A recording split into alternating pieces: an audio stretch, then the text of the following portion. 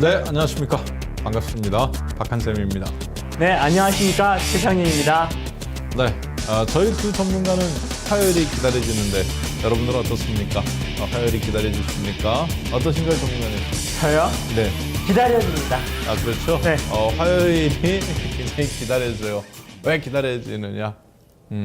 어차피 저희 두 전문가가 이 원고를 철저하게 잘 준비해서 해온다 하더라도 사실 이 종목이나 이런 부분을 토론을 하다 보면 네. 여기서 자유롭게 또 답이 나와요. 네. 시청자분들의 어떤 그런 입장을 대변해서 하다 보면. 그래서 저는 이 마수 혈전 그리고 또 마수 동맹 굉장히 재밌습니다. 또 마수 동맹 같은 경우 이번 주에 또 옷을 또 갈아입었죠. 네, 네, 또 그래서 바뀌었습니다. 상당히 좀 기대가 되고 있습니다. 자, 오늘 그 첫 번째 라운드 1 어떤 주제로 저희 두 전문가가 또 혈전을 펼칠지 한번 보겠습니다.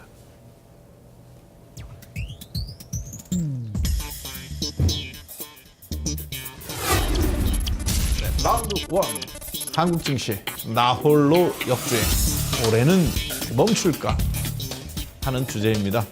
자, 올해는 과연 한국 증시가 이제 역주행이라고 얘기를 했는데 네. 어떻게 보면 이제 역주행이지만은 디커플링이다. 라고 말하는 게 디커플링이죠. 맞겠죠? 그렇죠. 네. 우리 증시 용어로는 과연 디커플링이 올해는 멈추고 미국이나 유럽이나 중국처럼 같이 이제 커플링, 동조화 현상이 나오느냐 하는 부분이죠. 네. 자, 그런데 이게 미국이나 유럽이 거꾸로 떨어지는데 동조화가 나오면 안 돼요. 얘네들 왜냐하면 그냥 3년간 올라가기 때문에 그래서 이 역주행이 꼭 나쁜 건 아닙니다. 그렇죠? 근데 이제 여기서 의도는 아마 그거 같아요. 미국하고 유럽이나 우리하고 반대로 갔는데 네. 이번 연도에는 이제 우리도 같이 올라갈 수 있느냐 하는 그런 의도로 질문을 좀 던져준 것 같습니다. 어떻습니까? 전문가님 생각은? 네. 저 같은 경우는 이제 코스피를 얘기하는 거잖아요. 이제 코스닥보다는. 그렇죠. 그렇죠. 왜 그러냐면 코스닥은 많이 올랐으니까 네. 상대적으로. 그러면 코스피 같은 경우 빠지는 이유에 대해서 저는 뭐 가만히 생각을 해보니까 네. 당연하다. 왜 당연하냐면은 첫 번째 같은 경우는 우리나라 시가총액 상위 종목들 한 10개 종목 중에서 그 대표적으로 할 수 있는 게 삼성전자 그리고 그다음에 SK 하이닉스, 현대차 그리고 뭐 기타 뭐 통신주 그리고 은행주 이런 기업들 보게 되면은 일단은 그다음 그 시가총액이 높은 기업들의 실적이 부진했다 이렇게 보시면 되겠고 그리고 미국이라든지 유럽이라든지 아니면 일본 같은 경우는 자기들이 컨트롤할 수 있는 것, 안 좋을 때는 좋게 만들 수 있는 능력이 있었고 또 좋을 때는 더 좋게 만들 수 있는 그러니까 자기들이 지배하면서 뭔가 컨트롤할 수 있는 그런 자금력이라든지 아니면 시장을 지배할 수 있는 힘이 있었다는 건데 대한민국 같은 경우는 쉽게 얘기해서 외국인들에 의해서 주식시장이 좌지우지되는 그런 흐름이 나타났고 기관들이라든지 아니면 개인들의 힘만으로는 시장에서 뭐랄까 컨트롤할 수 있는 능력이 없다고 볼 수 있을 적에 올해 주식시장은 그나마 어려운 가운데서도 미국 시장하고 유럽 시장하고 일본 시장이 그나마 경제를 살리기 위한 그런 분위기가 나타났기 때문에 그래도 선방했다고 볼 수가 있겠습니다. 네, 오늘 이제 우리가 한국 증시가 과연 세계 증시하고 이제 그 역주행을 멈추느냐 하는 부분인데 먼저 그렇게 본다면 이제 전 세계 숲을 한번 살펴보고 한국 증시를 좀 봐야 되겠죠. 그래서 탑다운 방식으로 오늘은 해외 증시라든가 그런 흐름을 한번 현재 현황 어떤가 한번 본 다음에 국내 증시 우리가 어떻게 대책할 건지 그리고 이것을 이제 매일같이 우리가 종목이나 테마도 봅니다만 이 큰 줄기 속에서 과연 지금 이 얘기는 이렇게도 볼 수 있겠죠. 주식을 100% 가져갈 거냐 아니면 공격적인 주식으로 갈 거냐 아니면 현금 비중을 늘릴 거냐 하는 어떻게 보면 그 의미로도 지금 볼 수 있어요. 그렇죠? 네. 그런 측면에서 봤을 때 현재 그 한국 증시 뿐만 아니라 보기 전에 세계 증시 흐름 한번 좀 간단하게 한번 살펴보죠. 해외 주식 시장을 일단은 그 저점 부근서부터 해가지고 제가 한번 자료를 준비해 봤는데요. 미국의 다우존스 일봉 차트 흐름을 보시면은, 기간은 2014년도 1월부터, 현재 정도까지 봤는데, 될 수 있으면 12월 달에 그런 기준 봤습니다. 2014년 한 해 동안에 봤을 적에, 자료화면 보시면은 미국 다우존스 일봉 차트 보시면은 2014년도 한 해 동안에 지수는 한 17% 정도가 상승했고 저점을 형성했던 자리는 15,340포인트, 그리고 12월 22일 날 고점을 형성했던 자리는 18,100포인트. 그래서 한 약 17% 상승을 했고요. 미국의 나스닥 지수의 그 일봉 차트를 보시면은 저점을 형성했던 자리는 3,946포인트, 고점을 형성했던 자리는 4,814포인트로 지수는 21%. 그러니까 다우존스보다 조금 더 나스닥이 상승 탄력을 조금 더 보였고요. 그리고 일본의 니케이 지수 일봉 차트를 보시면은 2014년도 그 저점을 형성했던 자리가 13,885포인트 정도고 고점을 형성했던 자리는 18,030포인트 정도, 그리고 상승률은 29% 정도 상승을 했습니다. 그리고 그 다음에 중국 상해 종합 지수가 올 하반기 때부터 그 강하게 상승하면서 저점을 형성했던 자리는 1974포인트, 그리고 고점을 형성했던 자리는 3406포인트 정도로 지수의 상승폭은 한 72% 정도 상승을 했습니다. 그리고 또 인도 주식시장. 인도 주식시장 대부분 안 보시는데 신흥국 관련돼서 대표적인 그런 국가라고 볼 수가 있습니다. 그래서 인도 주식시장의 그 저점은 19,963포인트에서 고점은 29,000포인트 정도. 그래서 상승폭은 한 50% 정도 상승을 했고요. 그리고 유럽 쪽으로 넘어가 보면 독일 지수의 그런 움직임을 봤을 적에 독일 지수는 저점이 8,354포인트인데 중간 라인 정도는 이제 저점의 일반적인 그런 밴드 하단부는 한 9,000포인트 정도고 고점은 한 800포인트에서 11,000포인트 요 사이에서 형성이 됐기 때문에 상승률은 제가 20%라고 지금 표시를 해놨는데 한 15에서 20% 정도. 그러면은 미국의 다우존스나 나스닥이나 독일 지수나 선진국의 지수는 한 15에서 20% 정도의 상승으로 지금 마감을 했다고 볼 수가 있겠고요. 그러면 러시아 지수는 어떤 거냐? 러시아 지수는 완전히 뭐 반대로 지금 하락을 했는데 러시아 지수의 고점 부근은 1,400포인트 정도였는데 2014년도 12월 달에 형성한 데는 한 578포인트 정도로 한 42% 정도 하락을 했습니다. 그러면 대한민국의 코스피 지수는 어떻게 된 거냐? 코스피 지수 일봉 차트를 보시면은 대부분 저점 라인이 형성된 자리, 밑단은 1890포인트까지 내려왔지만은 중심선의 지금 라인이 1940포인트거든요.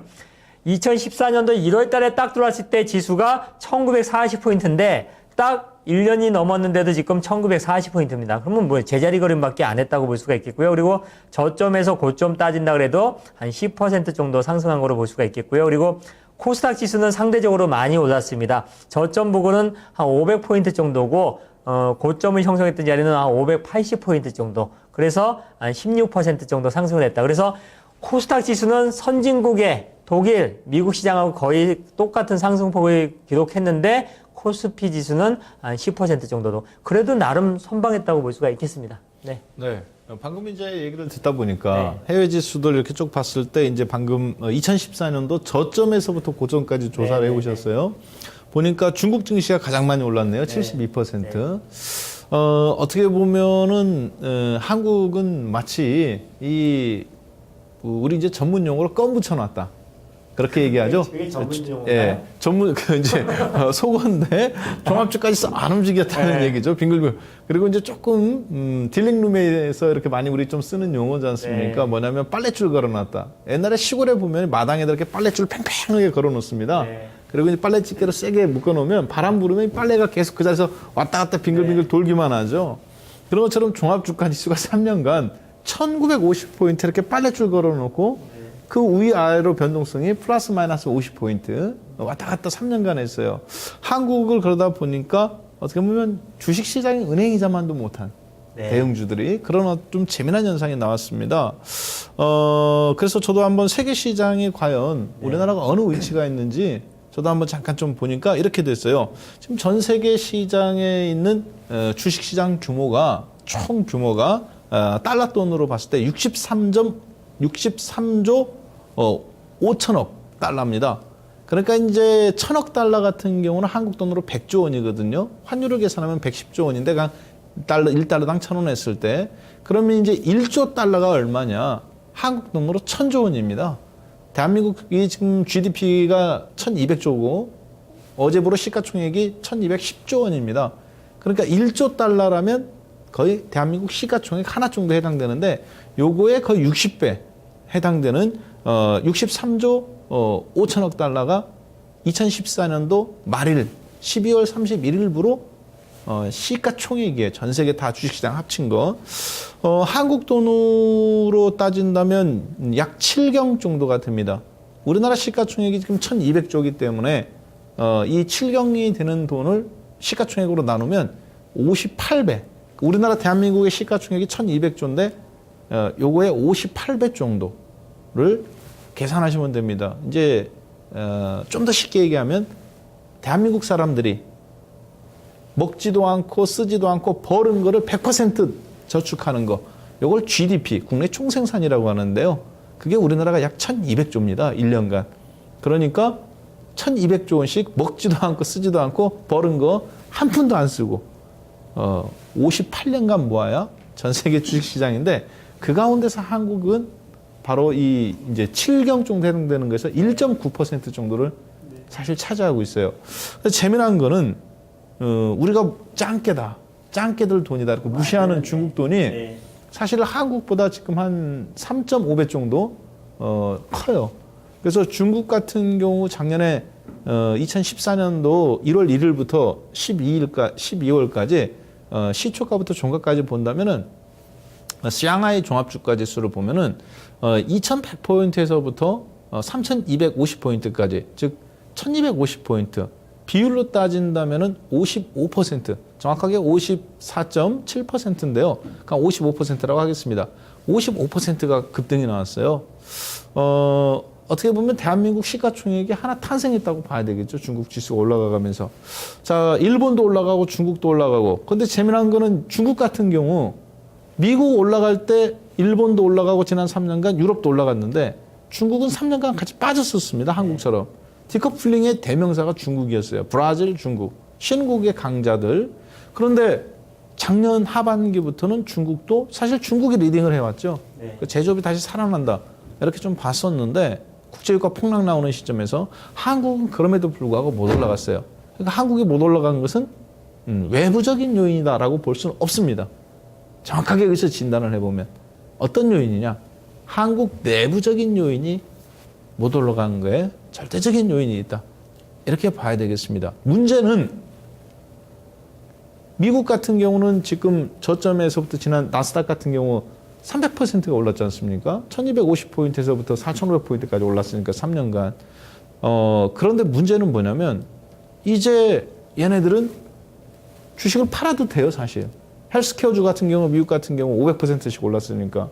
그런데 좀 20% 떨어져도 됩니다. 근데 한국은 미국이나 유럽 올라갈 때 못 올라가고 이제 걔네들 떨어질 때까지 떨어지면 이거는 일본처럼 완전히 잃어버린 10년이 되는 거거든요.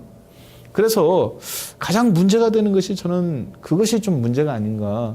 그런 관점에서 봤을 때 국내 증시가 2015년도에는 세계 주요 증시와 어떻게 이런 디커플링 흐름을 보였던 원인을 저희가 한번 먼저 파악해보고 과연 이것을 이제 끊을 수 있는 건지 그 부분 한번 좀 살펴보는 시간 좀 더 심도 있게 한번 좀 보도록 하겠습니다. 어떻습니까, 전문가님?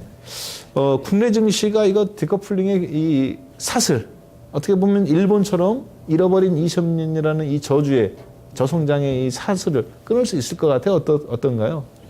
끊는다면 어디에서 그 연결고리가 있을까요? 일단 끊는다는 거는 생각할 수가 없어요. 지금 상황으로 봐서는. 왜냐하면 어렵다. 네, 끊는다는 게 힘든데 약간 부정적인 측면하고 긍정적인 측면이 있습니다. 첫 번째 긍정적인 측면은 뭐냐면은 일단은 그 경기 민감주들이라는 그런 그 조선, 철강, 화학, 기계 뭐 이런 기업들, 건설까지 유가 때문에 뭐 핑계 때문에 하락했고 뭐 실적 부진이라는 거는 뭐 계속 그 시장에서 계속 그렇게 나왔던 거고 거기에다가 유가 하락이라는 직격탄 맞으면서 어떻게 보면 그게 악재일 수도 있지만 호재인데도 그게 악재가 더 많이 반영이 되면서 그 기업들이 주가가 많이 하락을 했는데 대부분 그런 기업들의 실적 전망이 2014년도가 4분기가 어느 정도 저점을 찍지 않았냐 이런 공감대가 형성이 되면서 뭐 정유주도 어닝 쇼크가 나왔고요. 조선주도 3분기, 4분기 안 좋고 건설주, 화학주 다 어닝 쇼크가 나왔거든요. 삼성전자 3분기 때 2014년도 3분기 때 어닝 쇼크 나왔다가 저점 찍고 이제 4분기 때 조금 호전되고 이제 조금 뭐 더 이상 나빠질 거 없다는 공감대가 형성되면서 수급이 들어오고 주가가 안정적으로 상승을 했거든요. 그래서 그런 측면에서 봤을 때 그 경기 민감주들이 어느 정도 시장의 그 버팀목 역할을 하지 않겠냐 이런 게 긍정적인 그런 부문이고요.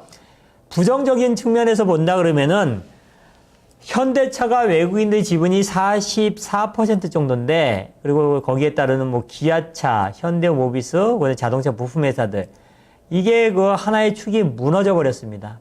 여기서 쉽게 얘기해서 옆으로 횡보하면 기본이고 조금 더 빠질 수도 있다는 그런 조금 부정적인 측면이 있고 삼성전자 같은 경우도 지금 139만 원대에 있는데 외국인들 지분 자체가 지금 꽉 차 있습니다. 외국인들 지분이 현재 51% 정도입니다. 그래서 외국인들이 추가적인 매수를 쉽게 하지 못한다. 뭐 여기서 삼성전자가 조금 더 상승 탄력을 보이면서 150만 원까지 올라준다 그랬을 때 코스피 지수가 조금 더 분위기 타고서 전기전자들 동반하면서 삼성전자 관련된 기업들, 뭐 삼성전기, 삼성 SDI, 기타 뭐 삼성그룹 관련된 기업들이 전기전자들이 같이 올라가줘야 되는데 그것들이 녹록치 않다. 이렇게 보면은 이 한쪽에서 부정적인 그런 측면과 긍정적인 측면이 상충하면서 지수 자체는 옆으로 횡보할 가능성이 있겠고요. 그리고 그 다음에 거기에서 수익을 못 낸 그런 자금들이 코스닥 쪽에서 계속 수익률 극대화 그런 전략을 펼칠 것 같습니다. 그래서 일단은 실적 전망을 보면서 긍정적인 측면에 대해서 제가 한번 얘기를 하겠습니다. 그래서 화면을 쭉 보시면은요. 코스피 시가총액 상위 종목들 보고 이제 나머지 실적을 한번 쭉 제가 훑어드리겠습니다. 자료 화면 보시면은 코스피 시가총액 상위 종목의 15개 종목을 잠깐 보시면은 현재 그 시가총액 중에서 삼성전자, 현대차, SK하이닉스, 한국전력 이렇게 보시면은 2014년도 그리고 현재 실적이 좋은 기업은 SK하이닉스, 한국전력, 그리고 삼성생명, 그리고 그 다음에 아모레 퍼시픽 정도입니다.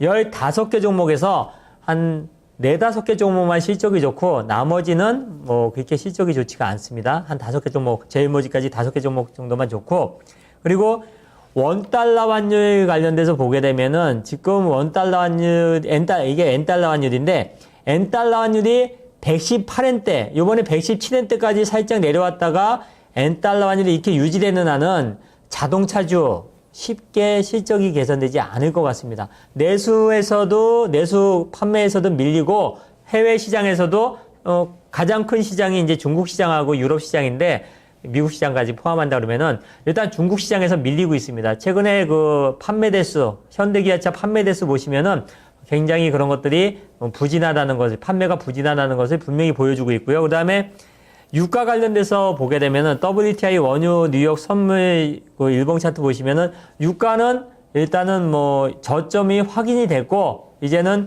한 45불부터 한 65불 사이에서 완만하게 상승을 유지하는 그런 흐름이 나타날 건데 유가가 올라갔을 때 어떻게 보면은 이게 또 안 좋은 업종이 있을 거고요. 또 좋은 업종이 있는데 뭐 정유라든지 화학이라든지 이런 업종은 긍정적인 측면이고 건설업종까지 긍정적인 측면인데 또 우리나라 자체로 봤을 때는 저는 부정적으로 보거든요. 그래서 유가라는 게 동전의 앞면과 뒷면처럼 좋은 점도 있고 나쁜 점도 있고 이래서 유가는 이제는 뭐 크게 우리나라 경제에 뭐 이렇게 큰 악영향을 끼칠 것 같지 않습니다. 그래서 삼성전자 이제 기업들의 실적을 보게 되면은 삼성전자의 2014년도 그 영업이익, 저는 매출액보다는 영업이익을 보는데 그 매출액 영업이익 측면에서 봤을 때 2014년도 한 25조 원 그리고 2015년도도 한 24조 6천억 정도 되니까 실적이 크게 증가되지 않을 것 같습니다. 그리고 현대차의 연간 그 실적 추이를 보시면은 2013년도 영업이익이 8조 3천억 원에서 2014년도 7조 5천억 원, 2015년도 7조 7천억 정도인데 제가 봤을 때는 전망이 뭐 올해 수준 정도면은 뭐 다행이라고 볼 수가 있습니다. 왜냐면은 1분기, 2분기 때는 현대차 실적 좋았거든요. 작년에. 근데 3, 4분기 때부터 실적이 안 좋은 측면에서 현대차도 크게 그 2015년도 기대할 만한 실적이 나오지 않을 것이다. 근데 LG화학 같은 경우는 약간 좀 긍정적인 흐름이 나타날 것 같습니다. LG화학의 그 연간 그 실적 추이 보시면은 영업이익 측면에서 2013년도에 1조 7천억 원, 2014년도 1조 3천억 원, 2015년도 전망은 1조 5천억 정도. 왜냐면은 LG화학 같은 거는 전기전자 재료 사업하고 2차 전지 관련된 배터리 그리고 또 거기에다가 화학 관련된 사업을 하기 때문에 여러 가지 측면에서 지금보다는 나아질 거라는 그런 공감대가 형성되고 있고요. 그리고 현대건설 같은 경우도 보시면은 현대건설의 그 2014년도 영업이익이 9,500억 원, 2015년도 전망은 1조 1,000억 원인데 제가 최근에 그 대우건설 주식 담당자 그리고 또 조선기자재 업체의 주식 담당자, 그리고 피팅 관련된 주식 담당자, 그리고 현대건설 관련된 담당자한테 물어봤는데, 이 중동 관련된 수주를 할 적에 예전에는 대부분 단일 수주를 할 경우도 있었는데, 최근에는 앞으로는, 컨소시엄을 구성을 해가지고, 단가 하락이라든지 뭐 수주액에 관련돼서 저가 수주를 방지하는 측면이라든지 이런 측면에서, 쉽게 얘기해서 수익성이 개선된다는 흐름이 나타날 것이고요. 그리고 유가가 더 이상 하락하지 않고 여기서 뭐 50불대, 60불대에서 움직여준다 그랬을 때 어쨌든 간에 그 중동 산유국들의 그런 그 시설 투자라든지 이런 투자가 지금보다는 더 좋을 것이고 그리고 2014년도에 그 해외 수주를 받아놓은 게 사상 두 번째로 수주를 많이 했다고 그러더라고요. 수주 잔고액이. 그런 제가 얘기를 들었거든요. 그래서 2015년도는 건설주들도 이제 좀 긍정적인 흐름이 나타날 것 같습니다. 그리고 롯데케미칼 같은 경우 보시면은 2013년도, 14년도만 했는데 2015년도 전망이 지금보다 2014년도 영업이익이 3,500억이었는데 2015년도 같은 경우는 적어도 2013년도 수준 한 4천억에서 5천억 수준 정도 이렇게 보기 때문에 롯데케미칼도 긍정적인 흐름이 나타날 거고요. 근데 조선주 같은 경우는 뭐 워낙 안 좋았다가 좋아지니까 조선주 같은 경우 뭐 2014년도 3조 원대 이상 그 영업 손실 비용이라는 비용은 아마 다 털었을 겁니다. 그러면은 최소한 2015년도 같은 경우 2012년도 수주를 받았던 것들이 보통 조선주 같은 경우는 수주 받고 나서 한 2년 있다가 그게 매출에 반영이 되거든요. 그래서 저가 수주라든지 악성 그런 수주들 같은 경우는 어느 정도 해결이 됐다고 보고 2015년도는 비용을 다 털었기 때문에 실적이 나쁘질 가능성은 별로 없다고 보기 때문에 조선주들도 긍정적이지만은 다른 업종 외에서 조선주는 약간 긍정적이지만은 별로 좋아하지 않습니다. 그리고 SK 이노베이션 그 2014년도 영업 손실이 한 2,200억 정도 나왔는데 2015년도는 뭐 전망은 1조 1,000억 원이라 그러는데 한 뭐 5천억에서 뭐 5천억 이상은 나오지 않을까 보기 때문에 여기서 보게 되면 삼성전자나 현대차보다는 경기 민감주들의 그런 실적 전망이 최악에서 벗어난다 이런 측면에서 지수의 버팀목을 하지 않을까. 그래서 디커플링이라든지 해외 주시장이 빠졌을 때 같이 동반해서 급락을 맞는다거나 아니면 상승하는데 또 거기에 따라서 소외되는 일은 없다고 볼 수가 있겠습니다. 네, 그러면은 아까 이제 2015년도 한국 증시가 역주행을 하느냐, 역주행 멈출 거냐 했을 때 사실 역주행 멈추기는 어렵다 이렇게 얘기해 주셨단 말이에요. 네. 근데 지금 뭐 전체적인 흐름은 역주행을 멈추기 어렵다. 그러니까 한국이 상승이 나오기가 어렵다. 네. 아까 그렇게 얘기를 하신 걸로 제가. 네. 근데 지금 이제 종목들에 대한 접근을 보면 롯데케미칼이나 현대중공업이나 SK이노베이션이나 보면 정유주, 화학주, 조선주, 이제 건설주, 해외 파트들 다 탄력주들이란 말이에요. 종합이 올라가야 올라가는 종목들인데 이런 종목들은 또 긍정적으로 보셨어요. 왜냐면은 이런 게 있잖아요. 그러니까 이제 최근에 시청자분들 입장에서 네. 보셨을 때는 종합주가 지수가 올라가기가 어려운데 네. 과연 저런 탄력주들이 올라갈 수 있을까? 이렇게 보일 것 같아요. 라는 시청자. 그런 왜냐면은 그 다른 약간 미묘한 차이점들이 과거하고는 다른 관점인데 그러면 그 부분을 한번 좀 설명을 한번 좀 해주셔야 되겠네요. 삼성전자가 전기전자잖아요. 예. 거기에다 자동차까지 포함한다면 시가총액 1,200조에서 삼성전자 그 전기전자 부분하고 현대차 부분하고 따지면은 250조. 거의 예. 이 삼성전자가 160조잖아요. 네. 160조고 현대차 기타 등등 기아차? 하면 예. 100조 이상 된단 말이에요. 그렇죠. 그러면 대충 그 IT까지 포함한다면 250조에서 300조 정도거든요. 네. 근데 경기 민감주라든지 이런 거 다 건설주까지 다 합해봤자 몇십 얼마 조도 안 되지 돼요. 않죠. 예. 그러니까 현대차나 삼성전자가 그냥 여기서 더 나빠지지 않고 현상 유지만 한 상태에서 얘네들이 경기 민감주가 올라가봤자 지수의 상승폭은 그렇죠. 미미하다는 거죠. 그래서 종합주가 지수는 어차피 그런 상위에 달린 네, 거니까 그렇죠. 묶어놓고 네. 묶여있다라고 보고 네. 걔들은 또 안 빠졌으니까 네, 아까 팔레트 얘기하셨잖아요. 이런 종목들이 네. 사실 시장의 수익률 게임이 펼쳐진다라고 네. 그렇게 좀 그나마 이해하시면 낫다는 되겠네요. 얘기예요. 그나마. 그렇죠? 네. 네. 그나마 전기전자주나 자동차보다 네. 그나마 이쪽이 조금 올라간다 그러면은 더 상승 탄력을 지금 보면서 올라간다. 관점에서 네. 알겠습니다. 그렇게 정리가 되면은 시청자분들께서도 헷갈리지 않고 네. 될 것 같아요. 저도 국내 증시가 과연 세계 주요 증시와 이번에는 디커플링을 좀 끊고 올라갈 수 있느냐 하는 놓고 봤을 때 저는 명쾌하게 말씀드린다면 올라갈 수 있다고 봅니다. 그러니까 그 부분에서는 우리 또 최창준 전문가님하고 좀 약간 다른 관점이에요. 왜냐하면 국내 증시 같은 경우 지금 삼성전자, 하이닉스, 현대차 이 삼각편대의 시가총액이 거의 뭐 절대적입니다. 그러니까 종합주가시를 애들 갖고 컨트롤할 수 있는데 중요한 거는 지난 디커플링이 나오는 동안에 한국 증시가 약했다라고 말하는 사람들이 많습니다. 그러나 저는 반대로 한국 증시가 결코 약하진 않았다고 보는 사람입니다. 왜 그러냐면 어차피 주가라는 것은 단기적으로는 아니에요. 단기적으로는 수급이지만 장기적으로 보면 결국에는 한 나라의 경제의 건전성을 말해주는 건데 OECD 국가들의 경제 성장률 표를 한번 잠깐 보겠습니다.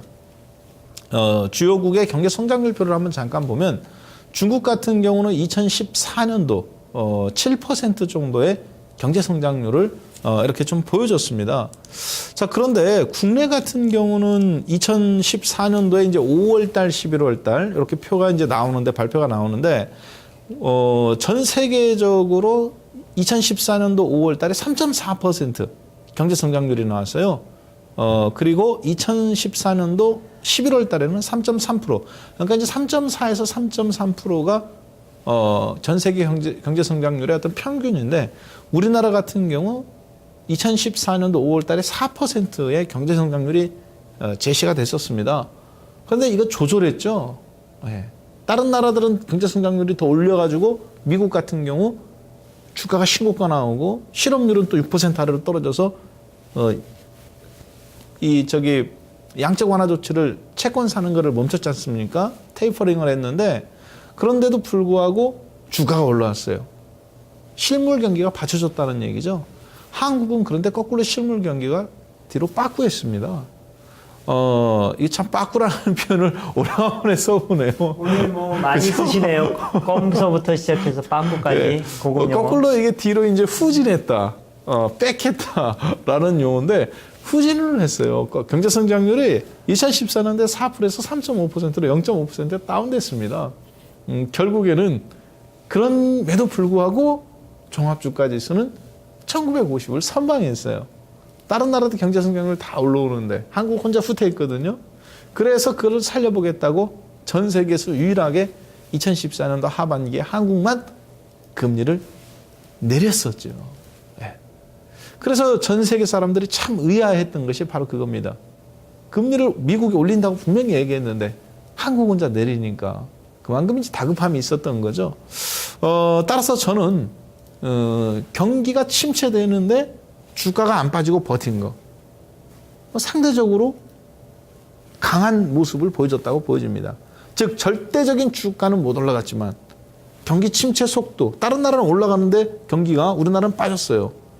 그런데 불구하고 주가가 안 빠졌어요. 1950 왔다 갔다 했거든요. 옆으로 1950 지켜냈단 말이에요. 따라서 잘 버텼다고 봅니다. 반면에 다른 나라들은 경제 성장률이 예상보다 좋았습니다. 다 미국도 그렇고 실질적으로 중국도 막상 뚜껑 열어보니까 분배 정책을 썼는데 상대적으로 괜찮았죠. 오히려 더 플러스로 강하게 치고 올라왔죠. 그 이면에는 뭐가 있었느냐? 국제 유가가 반토막 나가면서 원가 절감에 대한 그런 수혜를 누린 거죠. 그것이 이제 반영되면서 주가들이 올라온 거죠. 따라서 저는 우리나라가 전 세계 시장과 디커플링을 보인 것은 경제적인 문제가 아니라 정책적인 실패다.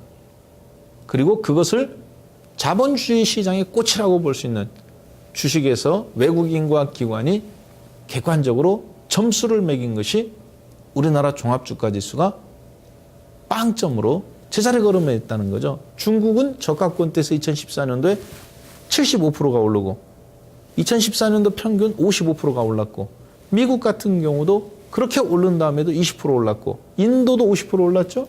네, 아까 얘기하셨다시피 유럽도 다 올랐고 근데 한국만 유일하게 빵점 나왔어요. 제자리 걸음. 정책적인 평가라고 보여집니다. 따라서 그러한 부분을 고려해 봤을 때 이제 정권 초기에 좌충우돌 하다가 이제 좀 자리 잡고 한국도 적응했다라고 보여집니다. 그리고 효과도 나올 수 그 전 이명박 정권에서 워낙 세수를 많이 마이너스 400조 원을 마이너스 냈으니까요. 부채가 늘어났으니까 그 수습하는 과정이 걸렸다고 보여지고 이제 주가가 천천히 한국도 이제 아랫목 효과가 나올 때가 되지 않았나? 그런 관점에서 봤을 때 한국 증시 2015년도에는 2230포인트라는 2011년도 사상 최고점 한번 돌파할 수 있는 가능성이 저는 있다고 봅니다. 그 돌파하는 가능성 속에서 그동안 낙폭이 과대했던 조선주, 건설주, 화학주, 증권주는 아니네요. 조선주, 건설주, 화학주 이런 정유업종들 2014년도에 반토막 나고 3분의 1 토막 나왔던 업종들이 회복 국면으로 가는 것이 이번 타이밍에 2015년도 상반기 중에 지수 대비 좀 빠르게 나올 거다. 그렇게 보여집니다. 그래서 여러분들에게 한 달 전부터 누누이 강조드렸던 SK이노베이션, OCI, LG화, 화학주, 건설주, 조선주. 그러나 1등은 화학주라고 말씀을 드렸었죠. 네, 그런 종목들 강조해드렸던 이유가 바로 거기 있습니다. 외면할 때 매집해라. 네, 외면할 때. 개인들 손절할 때. 중장기적으로 바로 이러한 흐름 속에서 말씀드렸던 부분이다. 라고 보시면 되겠습니다. 자, 그러면 전문가님. 네. 저희가 세계 증시의 주요한 이제 한국 증시에 대한 부분은 우리 이제 의견이 방법론적인 건 일치했는데 사실 본질 관점은 좀 달랐어요. 그러면 전 세계 증시의 흐름 속에서 우리가 매매를 하고 투자를 할 때 중요한 체크 포인트가 있다면 어떤 게 있었겠습니까? 2015년도 상반기 중에. 일단은 저는 기존에 했던 그런 현재 나타났던 것들 지금 변화가 없을 것 같아요. 왜냐면은 미국 같은 경우는 계속 금리나 시점을 얘기하고 있는데 2015년도 하반기에 할 거다. 또 2016년도에 할 거다. 이런 얘기가 나오면서 미국의 금리나 시점에 대해서 좀 우리가 눈여겨봐야 되는데 미국 주식시장이 지금 고점 부근에서 한번 내려쳤다가 또 다시 반등이 일어났다가 지금 또 옆으로 횡보하고 있는 상태거든요. 그리고 현재 유럽 주식시장 같은 경우도 유럽중앙은행에서 그리스 관련된 그런 리스크를 다 커버할 수 있을 정도로 또 경제정책을 굉장히 잘 쓰고 있습니다. 교묘하게. 왜냐면은 명분이 생기는 거거든요. 유럽중앙은행에서는. 그래서 그리스 문제가 어느덧 조용히 지금 수면에 가라앉는다는 측면이 있기 때문에, 미국의 금리 인상 시점에 대해서 계속 시장에서는, 언론에서는 플레이를 하고 있는데, 그리고 유럽 관련돼가지고 리스크에서 하고 있는데, 주목을 해야 되겠지만은, 기존에 우리가 학습 효과가 계속 나타날 그런 가능성이 있겠고요. 그리고 유가 관련된 그런 흐름 자체도 현재 50불대에 있는데 유가에 관심을 갖고 유가에 우리가 주목을 해야 되겠지만은 분명히 바람은 탔습니다. 일단 40불대 초반에서 저점 찍고 50불대에 있는 상태에서 더 이상 유가는 하락할 가능성보다는 옆으로 횡보하면서 45불과 60불 사이에서 안정적인 유가 흐름이 진행될 것 같습니다. 그래서 유가 관련된 그런 리스크도 많이 사라지지만은 지금 지켜봐야 되겠고요. 그리고 환율 관련돼서 보게 되면은 우리나라 원달러 환율 같은 경우 1,070원대까지 하락했다가 다시 지금 1,100원대 부근에서 박스권의 흐름이 진행되고 있고요.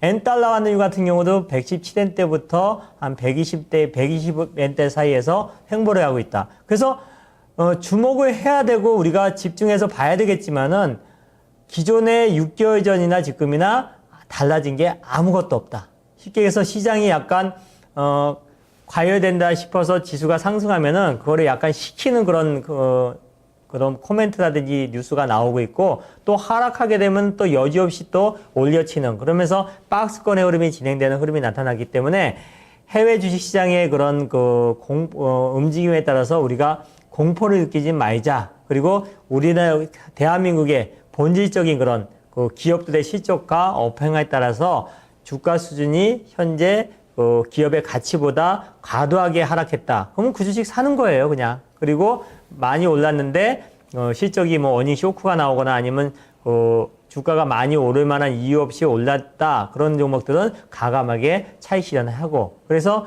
지금은 세계 지수가 몇 포인트냐 이게 중요한 게 아니라 기업들의 그런 현재 포지션과 실적에 따라서 대응하는 그런 전략이 좋을 것 같습니다. 네, 저는 이제 방금, 그러니까 종목의 이제 미시적인 거, 종목에 집중하자. 그렇게 이제 얘기를 해주신 건데, 저는 약간 2015년도는 한국 증시가, 한국 증시라기보다는, 한국 경제의 컨트롤 타워에 대한 부분이 시험대에 있는 마지막 시간이라고 보고입니다. 이제 우리가 흔히 골든타임이다, 골든타임이다. 요즘 그게 이제 유행인데요. 정책적으로 저는 2015년도 상반기 6개월 정도 남았는데 이때가 한국이 정책적으로 증시든 부동산이든 하여튼 뭔가 경기를 부양시킬 수 있는 마지막 카드를 쓸 수 있는 카드 다 썼어요. 마지막 카드라고 보는데, 왜냐하면 2015년도에는 미국 FRB 미국 중앙은행 관련 이사들이 분명하게 이야기를 했어요. 시장에 메시지를 던졌죠. 뭐라고 던졌습니까? 2015년도 6월 30일 1시로 해서 직접적인 화두로는 이야기 안 했습니다만 회의를 해야 되니까 간접적으로 그때를 정점으로 해서 미국 금리를 올리는 시점으로 생각하면 된다라고 계속 이야기를 해줬습니다. 그래서 이제 그거에 대한 준비로 1년 전에 미국이 국채 사줬던 거를 계속 줄였죠. 그러죠. 그리고 나서 이제 실질적으로 금리에 대해서 무한정으로 상당 기간 동안 해주겠다는 그 용어 자체들도 한 개씩 빼버렸습니다. 무한정이다. 상당 기간 동안이다. 이런 거에서 미국이 실업률이 6% 이하로 이제 떨어졌기 때문에 더 이상 실물 경기를 살리기 위해서 미국도 금리를 올려야 되는 입장이에요, 사실. 탄력을 더 줘야 되는 입장이죠.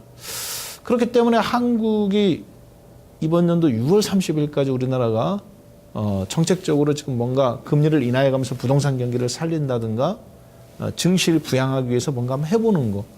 이런 거가 미국 금리 올리고 나면 우리 혼자 금리 내릴 수 없거든요. 그래서 시간이 그렇게 길다라고 보지 않습니다. 그러한 타이밍 기간 동안에 주가가 어떻게 반응할 거냐. 그것이 바로 종합주가지수의 성적표죠. 정책에 대한. 외국인들이 점수를 매기는 거고 국내 기관들도 매기는 건데, 일단 외국인들 지금 조금 긍정적으로 연기금하고 베팅이 들어오고 있기 때문에 저는 국내 증시 어찌됐든 2015년도가 주식을 하기에 거의 마지막, 마치 일본의 30년 전처럼 큰 변곡점의 마지막 골든타임이 아닌가 그렇게 보고 있습니다. 그래서 저는 이번 상반기 중에 주가가 2000포인트 이상으로 올려놓고 2200포인트까지는 한번 가줘야 흐름상 맞다. 그렇게 보고 여러분들에게 화학주라든가 중소형 우량 종목들 공격적으로 베팅 말씀드렸던 부분이 바로 그렇죠. 그런 측면에서 이번에 상반기 중에 좀 부지런히 돈을 모아놔야 이제 보릿고개 내년도나 내후년도도 준비할 수 있는 그런 흐름이 되지 않겠나 그렇게 생각합니다.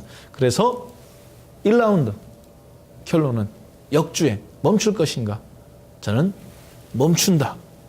그리고 오히려 한국 증시가 강하게 올라갈 수도 있다라고 보고 우리 전문가님께서는 바뀐 거 없다. 종목에 집중한다. 그렇죠? 네, 그런 관점으로 맞수 혈전 1라운드 1 정리하도록 하겠습니다.